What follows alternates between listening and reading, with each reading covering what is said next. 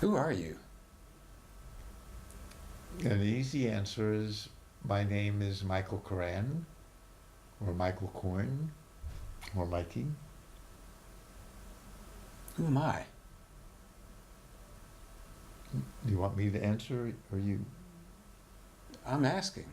But who am I? You're my friend, or dear friend, a lovely friend. What's my name? Michael Mack. And what is this?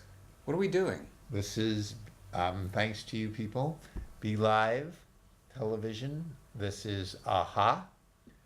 And this particular show is another installment of the God Talk Guys. The God Talk Guys. Yes. What do we do on the God Talk Guys? What are we supposed to do? We explore, hopefully with God, who we are and who God is. Or maybe not even who, but how to be with God. Mm-hmm. Okay. Well, now that I have got the basics, and you have the basics, let's get going. Wow. So, faith, religion, spirituality, of all stripes and in all measures. And my question for you, Michael, is if there's something, is there something that you would like to share tonight? Because this is your show. My show will follow at 7:30. I'm happy if you had, we had an hour prayer and talk before. So if there's anything you would like from that, I would love to respond to that, if you have any questions. Well, just so you guys know what he's talking about, we come here at 6 to prepare for this 7 o'clock show, and we pray over what we're going to do, and we share stories from our past week, and any scriptural or poetic. It's very nice to have someone, after I don't quite explain it clearly to you, to have, I would need to walk around with you, especially with all my poems, but probably just in general, if you wouldn't mind it. What would you charge to be my coach 24/7?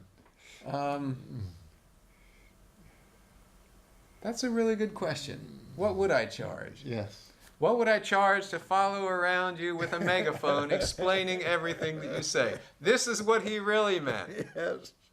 Actually, there are people in government who do exactly that. Right. This is what he really meant. You didn't really mean to bomb Syria, or I didn't really mean, as Kerry said, that, Assad's not going to take this offer. I did it knowing that he might. That's why I said it that way, said John Kerry. But this is not an Assad. This is an aside from what we're really here to do, which is to talk about God, faith, religion, spirituality, and that. So you were talking a little bit earlier, Yes.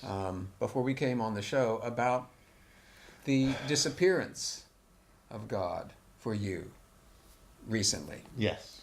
And the disappearance of God is one that many great mystics. Aha! I am one I too have lost. Like the great one. Join the crowd. All right. You're among the elect now. Lovers of God who, after having the experience of the presence of God, no longer experience it. And I certainly myself have had that experience and had it very recently. And I don't know if I want to save this story for my program or not, but this is. No, you can feel free. I'm happy to hear. I think I would prefer by starting. This is your show. Okay. So I want to honor that by asking you to explore that a little bit. So what do you mean? What are you talking about when you say that you had the experience of God and then God left you? Can you give me a way into that? Well, when my beloved sweetheart, who is now my beloved friend, Mm-hmm. and we learned she once wanted to have a middle name of Meadow Blue. Meadow Blue. Went to the justice, a judge in New Hampshire, Mm-hmm. She did. to get her name changed to middle name Meadow Blue. And what was her age then? Maybe a teen, I'm not sure, Mm-hmm. maybe older. And when she We do that. and when as she teens. told her mother, Her mother said no, and she had to go back, and she had paid for it, I think. Tell the judge, okay, that's not my middle name anymore. I am not Meadow Blue. And what did the judge just take the money I think again? I don't know if it cost again. I don't know if it cost to also revoke your name change. Yeah. This is New Hampshire. They might have been kind to Yeah. her. Yes. Meadow Blue. So I called her Meadow Blue might actually be watching Yes. right now. No, Meadow Blue is working, I think. Oh, okay. And this is only, Okay. although this is streaming live around the world. That's true. If she is playing hooky at work, Yes, or maybe got off Watching. early, yes. Nothing like working in hospice all day from 8 o'clock on and coming home and turning us on. so I'm not going to touch that one. Yes. Um, Many a true word spoken in jest, but it might be very connected to this anyway. But anyway, so, and you began by talking about how she left. when Meadow Blue left, So you guys lived together for for how long? Almost 3 years. Almost 3 years. Almost two- In a tiny apartment. I've seen that tiny apartment. That was maybe one of the problems. So when she left, I somehow, because we were still loving friends, maybe that helped. We called each other the beloved friend, the BF. Okay. And somehow I was able to feel more than before, because I needed it, because I was alone. I needed to feel some love coming in and through me. And this is while you were in relationship, and so are you No, feeling I it? needed it less when we were in a relationship. I needed it totally when she left. Oh. When she left, I fought for it because there was another human being there. That was one of the things I found so utterly unforgivable, that she was a human being in my space. Well, to be a human among humans. Yes, Here on CCTV. That's why it's called that. Because I'm trying to learn how to do that before I die. And so when were you, can you point to a time when you were having the experience of God, when you were experiencing the flow of God? I think especially I remember it very soon after she left. I knew I could be in trouble because I would be too lonely. And somehow my psyche, I had learned in the great difficulty of eating with someone a couple of times a day. And this is after living alone for years. Yes, and it was just very hard. There's another person there. Oh, yeah. And I couldn't do it in my own self, my own teaching self. I had to slowly, took 2 years, learn to let somebody more than the ordinary me come through me. And then I began to feel a little bit better when we were together. So it basically took you, it sounds to me like it took you 3 years to get used to really living with another human Better. being. And after 2 years, as soon as it started getting better for me and I started feeling more love coming through, that's when my beloved started Out. wanting to leave. Yes, Out. That's true. I'm gone. I mean, I can't say they're connected because I don't know, but I think that I know they went together. Not went together. They happened. I think that's at the how same it time. works. Yes. I think that when we've got what we want, that's when we don't want it. When what we have is taken away from us, that's when we want it. I think that's how it works. No, but I was wanting it while I finally was getting to like it. Okay. But she did not like. I don't know if there's a connection, but I do know that as I started feeling more love, she started saying, "I want to leave." Mm-hmm. And I have been that way for much of my life with Yeah. many people. As soon as Yeah. love came, it was so shattering in me that I found that I really didn't like the people that were bringing love out of me, and it would make one reason or not to break up the relationship. So I'm getting my karma. Well, I can relate to your story in this way from many decades ago. The first woman that I ever loved and married, I was, I think, 20, and we had a fraught relationship before we got married, a couple of years where we lived together and then didn't live together and then lived together again, and finally decided to get married. And we were both very young. I was 20, and we were both drinking and we were both using drugs.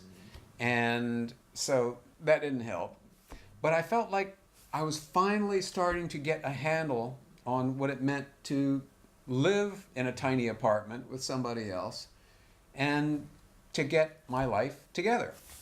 And I remember one particular night where she was going to be coming home from work on the later side, 10 or 11 in the evening. So I from scratch, I cooked a quiche, I think, and a wonderful salad and fresh baked bread. And 10 or 11 comes around and she's not here. Midnight, 1 a.m., 2 a.m. Well, I'm hungry now, so I eat the quiche, I eat the salad, I eat the bread, and I don't know, somewhere around 2 or 3 o'clock, I go to sleep. And she wakes me up in the morning. She comes in around 7 or 8 with I think an Egg McMuffin, and explains to me that she has found a new man. Oh. And this is my, well, what can I say? The point that I wanted to make was that sometimes when we feel like we're really finally getting it, like we're really finally settling in. And loving. Yeah. Loving more. Yeah. Then something happens. Stuff happens. I should say, though, that this is my beloved ex-wife who I'm still in touch with, and over the years we've gone through a lot of different changes. She's now born again. I suppose I'm born again in a different way. Born again Catholic. Reborn again Catholic, since I was raised Catholic.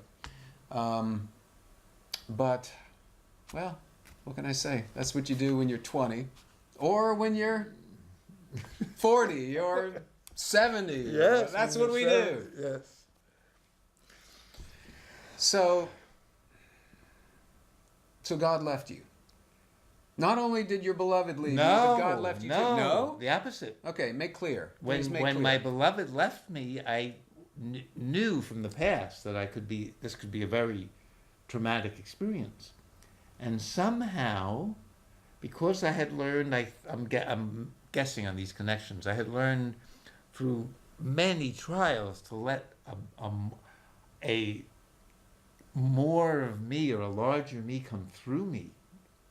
Because you're hurting. No, when I was with her. Oh, when you're with her. Challenge to be with her. And so when she left, I could let that continue to happen, and maybe it was a little easier because there wasn't another person there, and because we were loving friends, it wasn't like the connection was gone.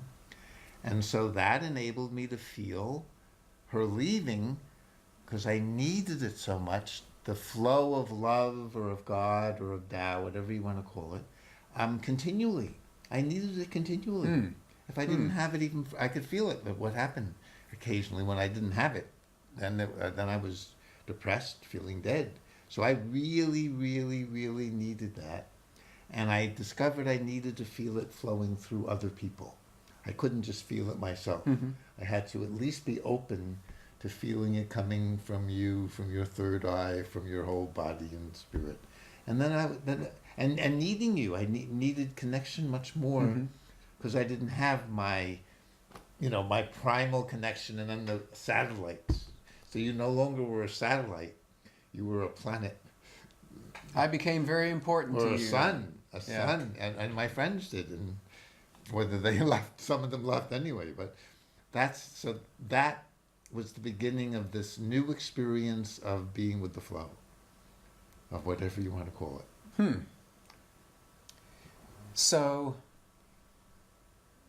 are you feeling that now? Are you with that now? Are you feeling that presence now? Right this second? Yes. Right this second. Right this very second. Yes. It's almost easier to feel it when I'm not talking and listening to you but I can feel it even talking about these things.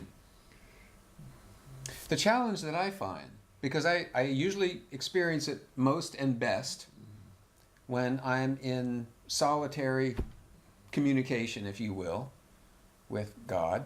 If I'm praying, or I'm uh, in nature, or I'm traveling in my car, which I think is one of the most spiritual things that I can do, is to travel by myself in my car and just watch the world rise and pass away.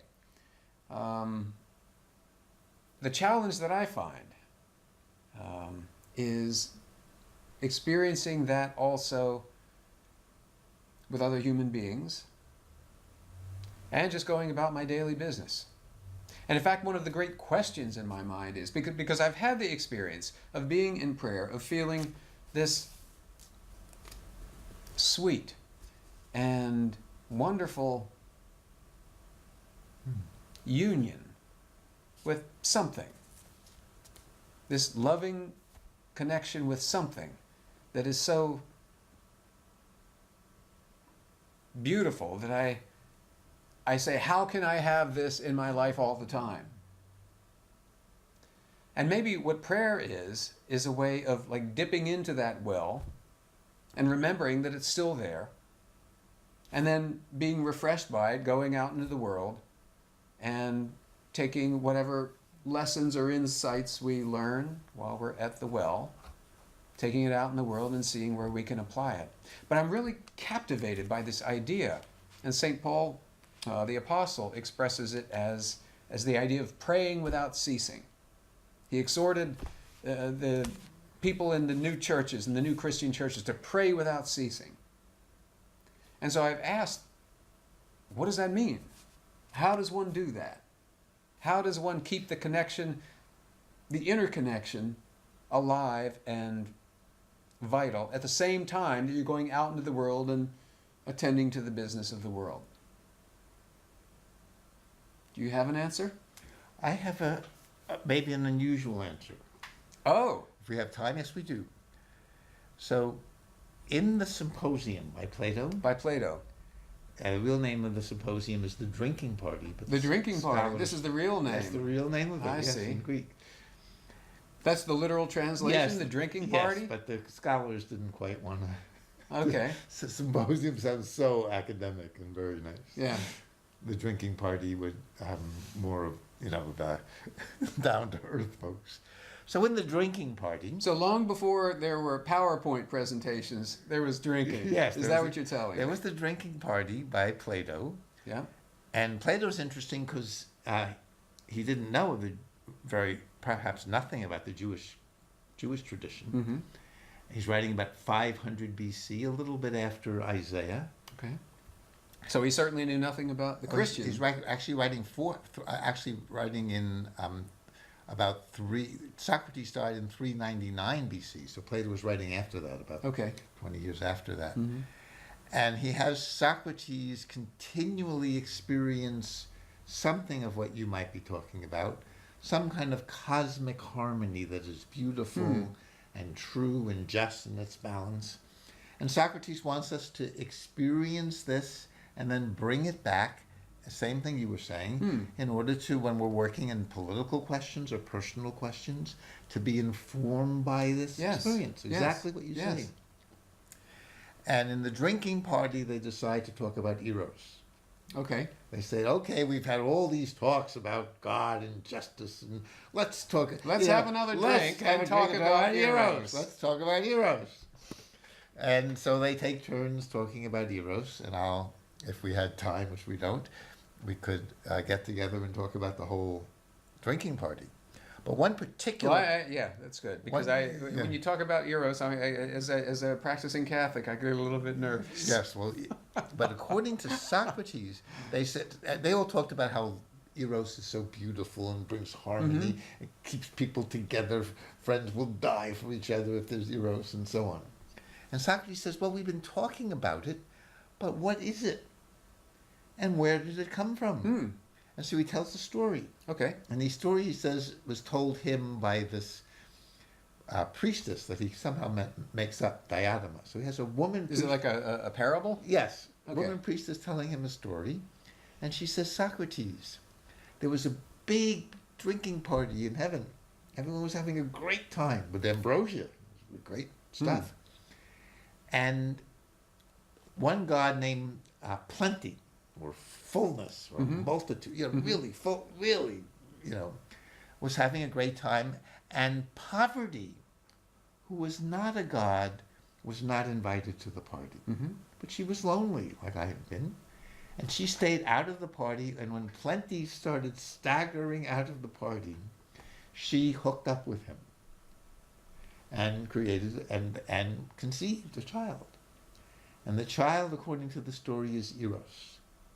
And Eros, according to Socrates, is both full, plenty, and poverty, needing. That. Oh, there's so much I want to say. Yeah. There's so much I want to say. Well, the first thing that I think of when you're talking about plenty and poverty is I think of that symbol of the Tao. Mm-hmm. Can I even? If we had PowerPoint, or we don't have time, we could get it on the net, but we won't do that right at this moment. Yeah. Well, it's the two things, the two dolphins that are like doing this. Anyway. Yes. But more to the point, the other thing that I think of is the writings of the Catholic mystics, the Christian mystics, medieval, and how they would talk about this union with God as this intense longing at the same time that they experience this intense fullness and completion. So it's like the bridegroom and the bride come together. And so it is both the question and the answer at the same time. Yes. And they say this of Jesus. He was emptied himself. He was full of God, and he emptied himself to become a servant. And so that as Socrates, and you have a real Socrates, you can see how Plato shows you a real person doing this. And Socrates is both very complete and full and plentiful, and always wanting more, in somewhat of a Buddhist way. Doesn't need it, but he needs to be aiming for it, which is how I tried to write this. Oh, are you referring to the poem of Yes, yours? maybe, This poem that is right here? Yes. Shall we bring it up? If we can, yes. Oh, you've got it. Oh, you did so good. You've got it. Yes. There's the poem. Would you like to read it? You wrote it. Yes. And we only have a little while, but it's body free unity. Body free unity. God, goddess, sky, earth, dance, sing. We're free, uniting one body spirit. This is actually a draft and not the final one. I didn't bring the final one. So, unfortunately. Stay tuned. Yes. Sometime in the future. Yes. Well, I wanted to put this on the screen and to share it with our audience because you have often spoken of poetry as being that crucible where it's like prayer, where you take all the things you're thinking and feeling and wrestling with, struggling with, Yes. and you get down on the piece of paper and you fight, and you wrestle like Israel wrestled with the angel. Yes. I think many artists do. You might do this yourself, yes? Similarly. Yes. I don't know if it quite articulated in the way that you have articulated, but it all, the prayer made manifest is this right here. And my understanding, if I understand what you said correctly, that this poem came out of this experience that you had with your beloved leaving and your coming to terms with a new way of being. Is that right? There's a longer story that maybe next week, or you'll be gone next week, but in 2 weeks perhaps, or 3, Okay. we can continue. Okay. But just very briefly, I can't just unite with your spirit, which is comfortable. This poem was an attempt to say, just as Christians say, we're all part of the one body of the Messiah. The mystical body of Christ. Yes, but it's a very physical body. It's we take. Well, we live in a very physical world. Yes, we take a little piece of matzah, and we swallow it, and we're becoming the body of the Messiah. Well, we were taking in Yes. the body, and the body is, we are being infused. Yes, and we are by the and body. we are part. So in order to keep the flow going, I can't just feel your spirit and your words. In some ways, in hopefully a tantric, platonic way, I need to feel that our bodies are both two and one. To feel what it's like to be in Michael Mack's body, and your body is as important as mine. So that's what this was attempting to do. This poem, it didn't quite, especially this draft, didn't quite do it. But the future draft will do it. Maybe, yes, it has to. Well, it doesn't. It somehow, the poem, these, whatever it is that is, I am struggling with, as you say, maybe this is true, when the poem works and I can share it with someone else, and I hope it's a seed that I can plant in your body, and you can grow with me. So that's what, it's not just your mind I want. Oh, well, mind and body, as we now know. Yes. I mean, Descartes separated the mind and the body, but now we've come to understand that the body and the mind are really so intimately connected. They may as well be the same thing. Energy and matter, yes. Yeah. So in that, we need to say goodbye now. We need to say goodbye because we've got, what, is it 30 seconds? 25. How are we going to say goodbye? Or we could say goodbye the same way we began. Okay. By asking questions? Well, if we were to leave with one question, the only question,